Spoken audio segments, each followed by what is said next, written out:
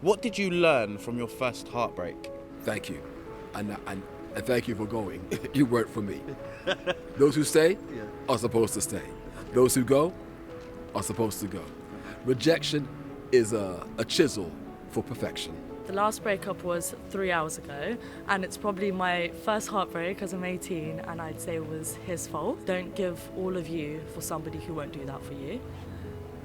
Because it's truly very heartbreaking when you realise that they don't care. People definitely change and life keeps moving, and sometimes people can do you so inconsiderably dirty and do you so wrong, and it doesn't even necessarily mean they're a bad person. All of them things that they've done, remember, everyone's the main character of their own story. So everything they've done is for them and what's going on in their life. It doesn't necessarily mean they're out there just to get you. Boundaries, setting boundaries. Whatever boundaries you have them for a reason. Some people are like, oh, why do you have that? I think like just really stick to your boundaries. I had to end the relationship and I couldn't really be honest with them, and I did it over a text, which I really regret to this day. I think I was scared to tell somebody face to face like that. Because of the way I did it, it broke my heart more than the other person's, I think.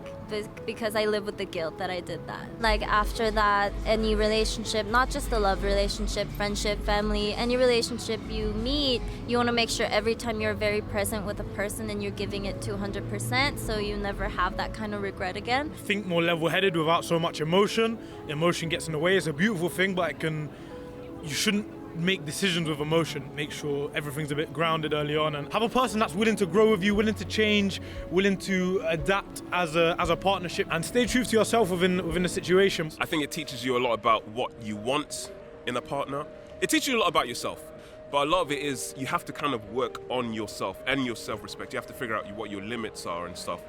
I know it's corny, just be who you are and don't be scared to, voice your opinions and stuff like this. It's not always about making the other person happy. Sometimes you just have to be true to who you really are.